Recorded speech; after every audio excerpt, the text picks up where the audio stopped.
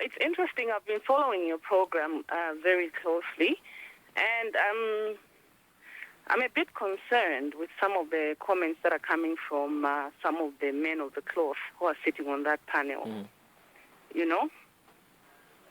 The first thing I want to raise is that when you look at the Universal Declaration of Human Rights, it states in Article 1 that all human beings are born free and equal in dignity and rights.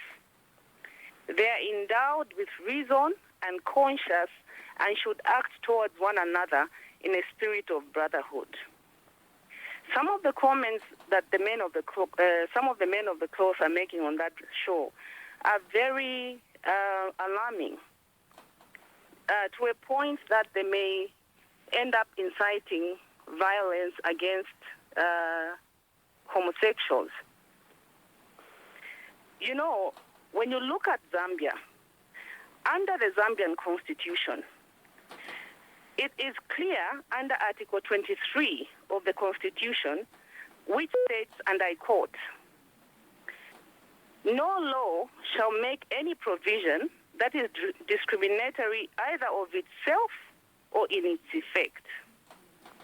And no person shall be treated in a discriminatory manner by any person acting by virtue of any written law or in the performance of the functions of any public office or any public authority." Those people sitting on that bench are people who are holding public offices because they are religious leaders. And if religious leaders can speak so violently against a marginalized population, then it really poses the question on where we're going as this country.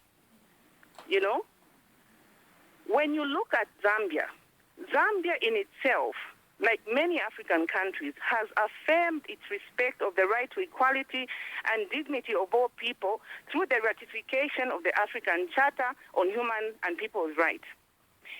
Might I add, this is the African Charter, not the European Charter or the American Charter. It states every individual shall be entitled to the enjoyment of the rights and freedoms recognized and guaranteed in the present Charter without distinction of any kind. It also guarantees the unquestionable and inalienable right to self-determination.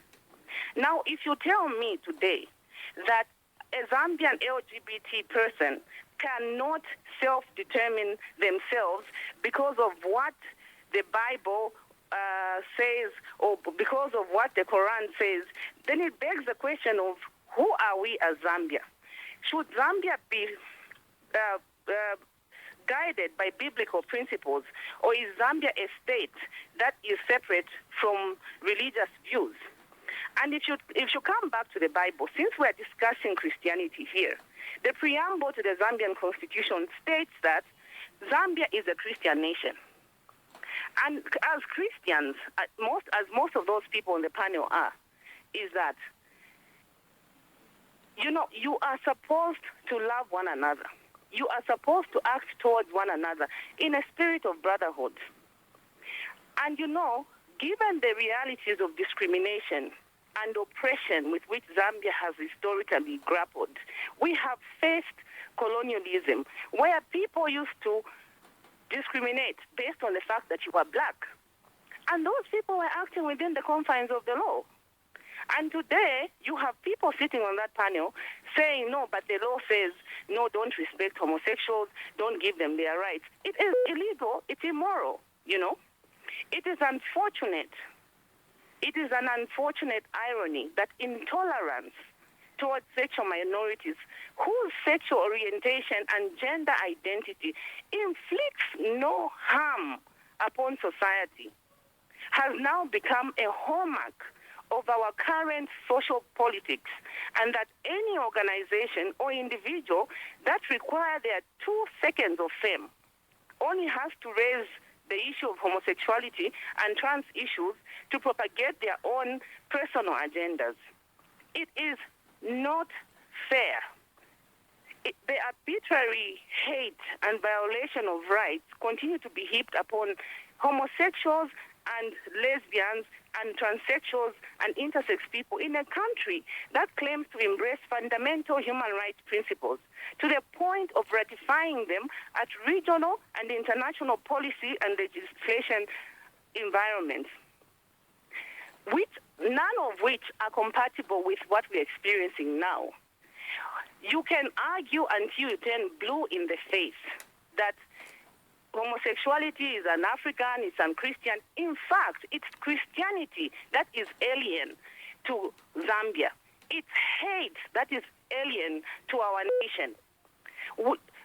Lesbians and gays, homosexuals, transgender, or other sex are Zambians too. These are people. These are people's children that you are sitting there and you are talking about how the law should come down very hard on them. These are people with families. These are people who go to church. They sing in your choirs. They are people who pay tax so that you are able to have roads that you drive on. It's not a lifestyle choice. Do you think any person would choose to be hated, to be frowned upon? And as for the gentleman who keeps on insisting, America this, America that, we know those are the issues in America. But what makes Africa unique, what makes Zambia unique, is our ability to look beyond our differences and embrace one another, regardless of our differences. That's what we need to start doing as Zambians. We need to start having a conversation around how we can address these social challenges. You do not go onto the radio stations and incite violence on people. Tomorrow you'll find someone has been killed. This will be attributed directly to the people sitting on that panel.